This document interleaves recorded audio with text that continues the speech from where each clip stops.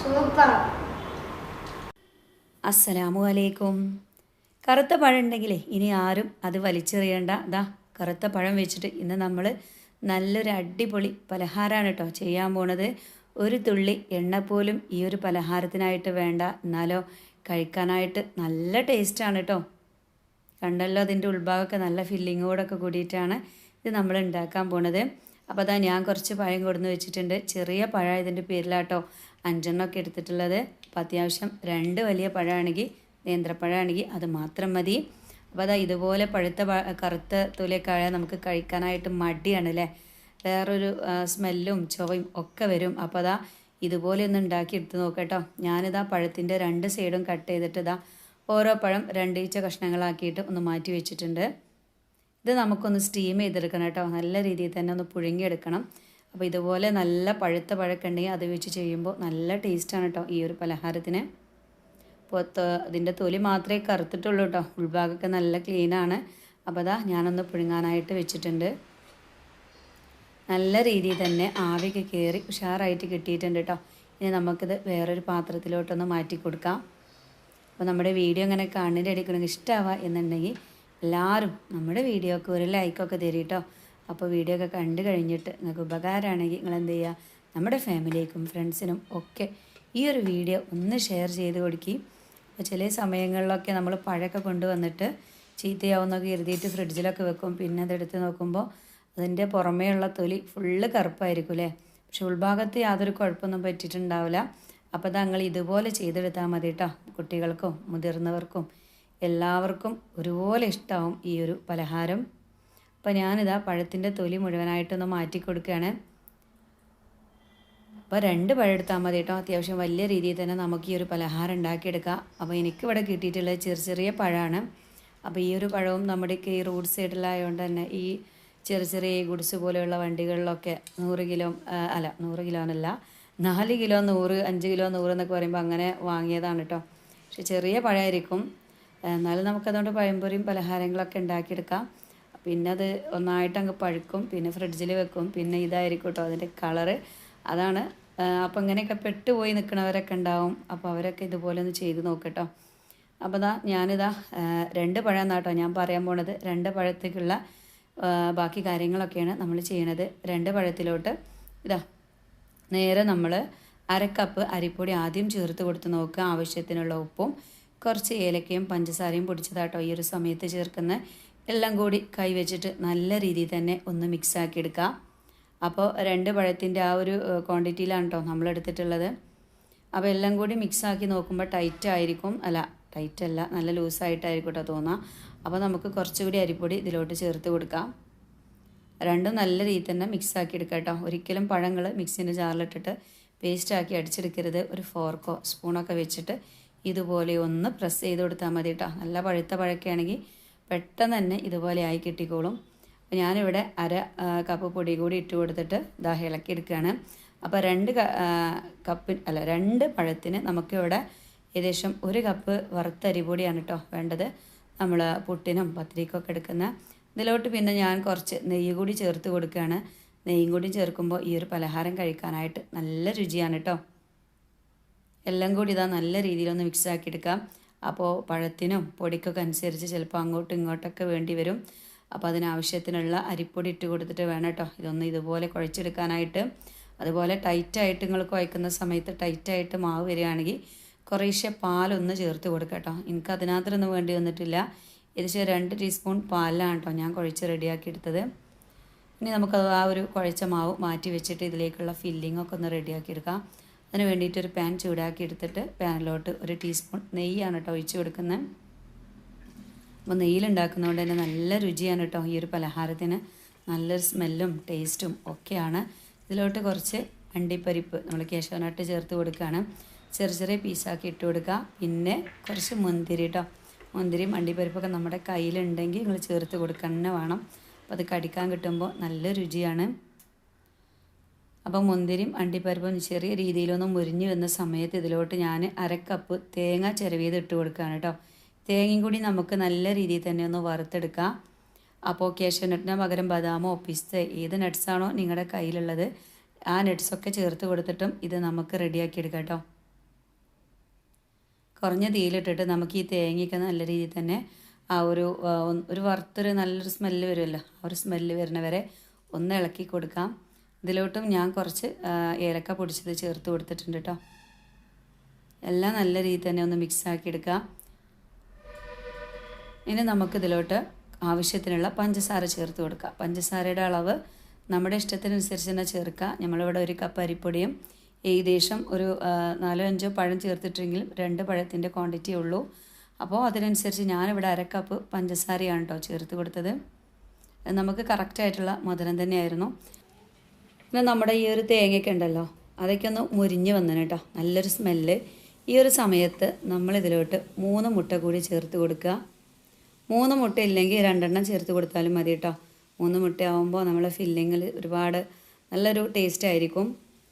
പിന്നെ എല്ലാം കൂടി കൂട്ടിയിട്ട് ഇതുപോലെ ഒന്ന് മിക്സ് ആക്കി എടുക്കുക. പെട്ടെന്ന് തന്നെ ഇത് ഡ്രൈ ആയിട്ട് വരില്ല കേട്ടോ. ഒരിച്ചിരി സമയം എടുത്തിട്ട് തന്നെ ഇത് ഇളക്കിയിട്ട് ഡ്രൈ ആക്കി മാറ്റണം.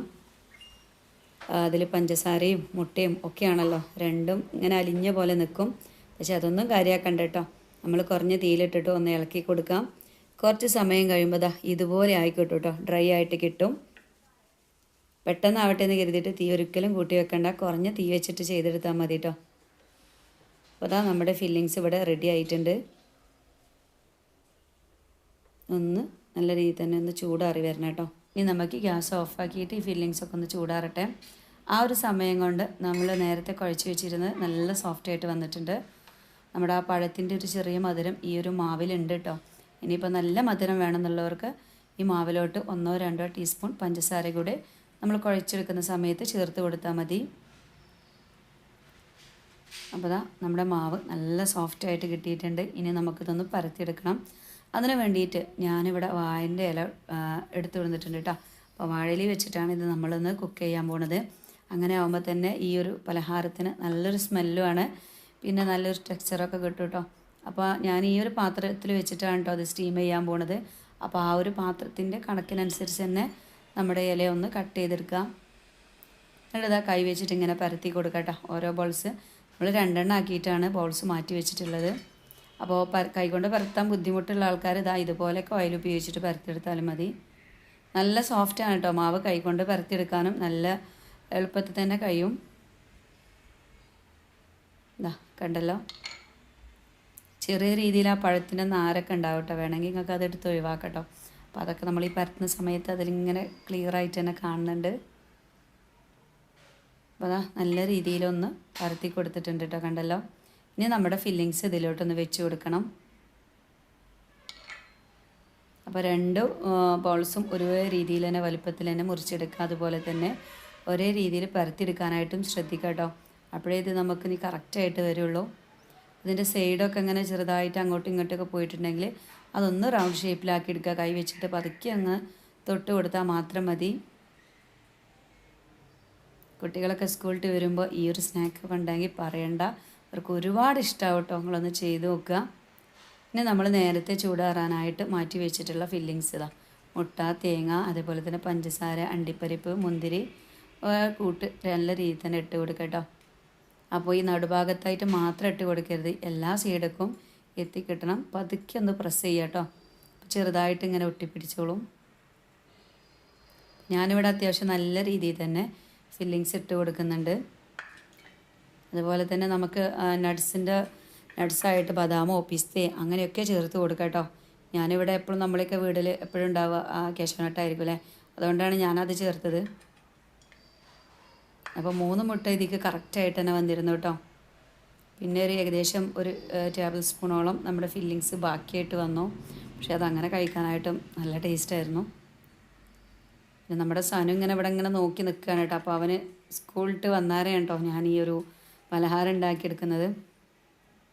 അപ്പോൾ കണ്ടല്ലോ, ഞാൻ ഫുള്ളായിട്ട് ഫില്ല് ചെയ്ത് വെച്ചിട്ടുണ്ട്. നന്നായിട്ട് പരത്തി തന്നെ ഇട്ട് കൊടുക്കണം കേട്ടോ. എന്നാലും നമ്മൾ കഴിക്കുന്ന സമയത്ത് എല്ലായിടത്തും ഒരുപോലെ ആയിട്ട് കിട്ടുള്ളൂ. അവിടെയും ഇവിടെയും മാത്രമായാൽ കഴിക്കുമ്പോൾ ഒരു രുചി ഉണ്ടാവില്ല കേട്ടോ.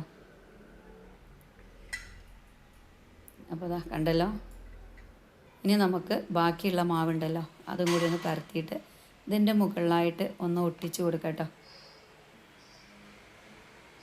അപ്പോൾ അതാ ഞാൻ ഈ ഒരു നമ്മൾ വേവിക്കാൻ വെച്ചിട്ടുള്ള ഈ ഒരു പ്ലേറ്റിലോട്ട് മാറ്റി കൊടുത്തിട്ടുണ്ട്. ഇനി മറ്റത് കൂടി നമുക്ക് ഈ ഒരു വാഴയിലയിൽ വെച്ചിട്ടൊന്ന് പരത്തിയെടുക്കാം. വാഴൻ്റെ ഇലയിൽ വെക്കുമ്പോൾ ഇത് ആവിക്ക് വേവിക്കുമ്പോൾ ഈ ഒരു വാഴൻ്റെ ഇലയുടെ സ്മെല്ലുണ്ടല്ലോ, അത് നല്ല രീതിയിൽ തന്നെ നമ്മുടെ പലഹാരത്തിന് കിട്ടും. പിന്നെ ഇങ്ങനെ വാഴൻ്റെ ഇലയിലൊക്കെ ഉണ്ടാക്കുന്ന നാടൻ പലഹാരത്തിന് നല്ല രുചിയാണ്, കാണാനൊരു പ്രത്യേക ഭംഗിയാണല്ലോ. അപ്പോൾ അതാ കൈ വെച്ചിട്ട് പരത്തുന്നവർക്ക് അങ്ങനെയും ചെയ്യാം കേട്ടോ. കൈ വെച്ചിട്ട് പരത്താനും ഇത് നല്ല രീതിയിൽ തന്നെ കഴിയുന്നുണ്ട്. സൈഡൊക്കെ നമ്മളിങ്ങനെ റൗണ്ടിൽ ഇങ്ങനെ കൈ കൊണ്ട് പതുക്കെ ഒന്ന് ആക്കി കൊടുത്താൽ മാത്രം മതി കേട്ടോ.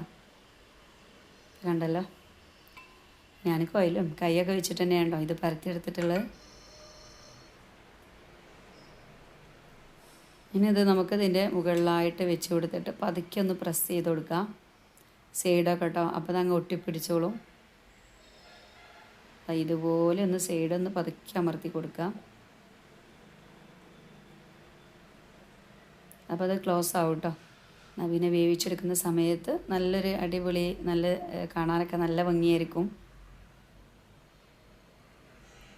ഉണ്ടോ, ഇതാ രണ്ട് സൈഡും നല്ല രീതിയിൽ തന്നെ ഒട്ടിപ്പിടിച്ചിട്ടുണ്ട് കേട്ടോ. പതുക്കെ പതുക്കെ സൈഡുകളൊക്കെ ഒന്ന് പ്രസ് ചെയ്ത് കൊടുക്കാം. ഈ ഒരു പലഹാരം ആരെങ്കിലുമൊക്കെ ഉണ്ടാക്കിയിട്ടുണ്ടെങ്കിൽ ഒന്ന് കമൻറ്റ് ചെയ്താൽ, ഉണ്ടാക്കി നോക്കാത്തവരാണെങ്കിൽ തീർച്ചയായിട്ടും നിങ്ങൾ ഉണ്ടാക്കി നോക്കണം. എല്ലാവർക്കും ഒരുപാട് ഇഷ്ടവും. പിന്നെ ഇതൊന്നും വലിയൊരു പണിയില്ലല്ലോ അല്ലേ, എളുപ്പം പരിപാടി കഴിയും. ആവിയിൽ വേവിച്ചത് കൊണ്ട് തന്നെ എണ്ണയിൽ ഒരുപാട് പൊരിക്കുകയാണ്, അൺഹെൽത്തി ആണെന്നൊന്നും ആരും പറയില്ലല്ലോ. അപ്പോൾ എല്ലാവർക്കും ഒരുപോലെ വയറ് നിറച്ച് കഴിക്കാം. അപ്പോൾ സ്റ്റീമറിൻ്റെ കയ്യിലില്ലാത്തതുകൊണ്ട് ഞാൻ ഇതുപോലൊരു പാൻ വെച്ച് കൊടുത്തിട്ട് ചെറിയ തട്ടിട്ട് കൊടുത്തിട്ടുണ്ട് കേട്ടോ. നമ്മുടെ ചെറിയ ഈ സാസർ പോലത്തെ, എൻ്റെ അടുത്തൊരു ചെറിയൊരു വട്ടുണ്ടായിരുന്നു, അപ്പോൾ ഇത് കാണാനില്ല എവിടെ, ഒരുപാട് ഞാൻ തിരഞ്ഞു കേട്ടോ. അപ്പോൾ അതുപോലെ ഒരു പ്ലേറ്റ് കമഴ്ത്തിട്ട് കൊടുത്തിട്ട് വെള്ളം നല്ല രീതിയിൽ തന്നെ തിളച്ച് വരുന്നുണ്ട്. ഇനി നമുക്കിത് അടച്ച് വെച്ചിട്ട് ചുരുങ്ങിയതൊരു 15 മിനിറ്റ് നമുക്കിതൊന്ന് വേവിച്ചെടുക്കണം. ഒരുപാട് സമയമൊന്നും വേണ്ട കേട്ടോ. പെട്ടെന്ന് 15 മിനിറ്റ് തന്നെ നമ്മൾ വേറെ എന്തെങ്കിലും ചായക്ക് വെള്ളം വെക്കുക, ചായക്ക് ഉണ്ടാക്കുന്ന ആ ഒരു സമയം കൊണ്ട് തന്നെ നമുക്ക് ഈ ഒരു അടിപൊളി പലഹാരം റെഡി ആയിട്ട് കിട്ടും. അപ്പോൾ അതാ 15 മിനിറ്റ് കഴിഞ്ഞപ്പോഴേക്കും കണ്ടല്ലോ,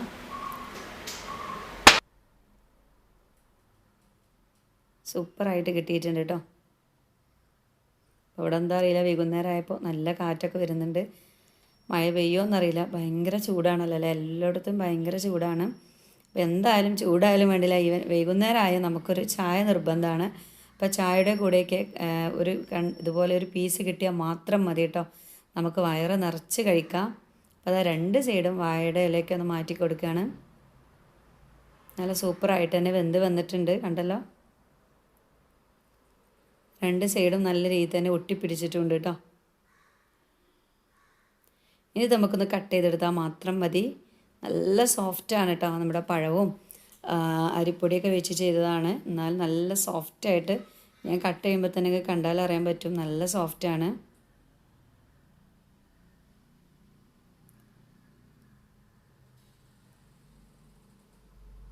ഞാൻ സൈഡ് വിട്ടിട്ടില്ല കേട്ടോ, ഒന്നും കൂടി പതുക്കെ ഒന്ന് കട്ട് ചെയ്ത് കൊടുക്കാം. ഞാൻ തന്നെ പതുക്കെയാണ് കേട്ടോ കട്ട് ചെയ്യണത്. അപ്പോൾ പൊട്ടിപ്പോകുന്നുള്ളൊരു ബേജാറൊക്കെ ഉണ്ട്, പക്ഷേ പൊട്ടിപ്പോകണമെന്നില്ല. നല്ല സൂപ്പറായിട്ട് തന്നെ നമുക്ക് കിട്ടും കേട്ടോ. നിങ്ങൾ ചെയ്ത് നോക്കാം. ആ ഒരു വാഴൻ്റെ ഇലൻ്റെ ടെക്സ്ചറൊക്കെ ഈ ഒരു പലഹാരത്തിൽ നല്ല രീതിയിൽ തന്നെ കാണുന്നുണ്ട് കേട്ടോ. അതുപോലെ തന്നെ വാഴയുടെ ആ ഒരു ഇലൻ്റെ സ്മെല്ല് അതും നല്ല രീതിയിൽ തന്നെ കിട്ടുന്നുണ്ട്. ഇനി നമുക്ക് കട്ട് ചെയ്തിട്ട് പ്ലേറ്റിലോട്ടൊക്കെ ഒന്ന് മാറ്റി കൊടുക്കാം. അപ്പോൾ ഫില്ലിങ്സ് ഇങ്ങനെ കട്ട് ചെയ്യുന്ന സമയത്ത് ചെറുതായിട്ട് ഇങ്ങനെ പൊടിഞ്ഞു പോരും, അതൊന്നും കാര്യമാക്കണ്ട കേട്ടോ. കണ്ടല്ലോ, നല്ല രീതിയിൽ തന്നെ നമ്മൾ പതുക്കെ ആ ഒരു പത്തിരിയിൽ വെച്ചിട്ട് പതുക്കെ അമർത്തിയെടുത്തുന്നു. അതുകൊണ്ട് തന്നെ ഇതിലൊക്കെ നല്ല രീതിയിൽ തന്നെ ഒട്ടിപ്പിടിച്ചിട്ടുണ്ട് കേട്ടോ. കണ്ടോ. അപ്പോൾ ഈ ഒരു വീഡിയോ എല്ലാവർക്കും ഇഷ്ടമാവുന്ന കരുതണേ. ഇഷ്ടമാവുകയാണെങ്കിൽ എന്ത് ചെയ്യുക, നമ്മൾ ഫോൺ എടുത്ത് നോക്കുമ്പോൾ ഒരുപാട് ഗ്രൂപ്പുകൾ ഉണ്ടാവില്ലേ, ഒരുപാട് വാട്സപ്പ് ഗ്രൂപ്പുകളൊക്കെ ഉണ്ട്. എല്ലാവർക്കും ഒന്ന് ഷെയർ ചെയ്യുക. കറുത്ത പഴം ഇനി ആരും വലിച്ചെറിയേണ്ടതാ. ഇതുപോലെയുള്ള നല്ല നല്ല അടിപൊളി ടേസ്റ്റി ആയിട്ടുള്ള പലഹാരങ്ങളൊക്കെ ഉണ്ടാക്കാം. പൊതുവേ അത് കാണുമ്പോൾ തന്നെ എല്ലാവർക്കും മടിയാണ് കഴിക്കാൻ. ഉള്ളിൽ യാതൊരു കുഴപ്പമൊന്നും ഉണ്ടാവില്ല, അതിൻ്റെ ആ പുറമേയുള്ള തൊലി പെട്ടെന്ന് തന്നെ കറുത്ത് പോവും. അപ്പോൾ അങ്ങനെയുള്ള സമയത്തൊക്കെ ഇതുപോലെ നിങ്ങളൊന്ന് ഉണ്ടാക്കി നോക്കിയിട്ട് നിങ്ങൾക്ക് ഇഷ്ടമാവുമെങ്കിൽ നിങ്ങളൊന്ന് ഫീഡ്ബാക്ക് അറിയിക്കുക കേട്ടോ. ഇനിയിപ്പോൾ കറുത്ത പഴമില്ല എന്ന് കരുതിയിട്ട് അത് ആവുന്നോളം കാത്തിരിക്കേണ്ട ഒരു ആവശ്യമൊന്നുമില്ല. നല്ല പഴുത്ത 2 പഴം ഉണ്ടെങ്കിൽ അത് മതി കേട്ടോ. അപ്പോൾ നമ്മുടെ സനു ഇവിടെ റെഡി ആയിട്ട് നിൽക്കുകയാണ്. നമുക്ക് ഓനോടുകൂടി ഒന്ന് ചോദിച്ച് നോക്കാം.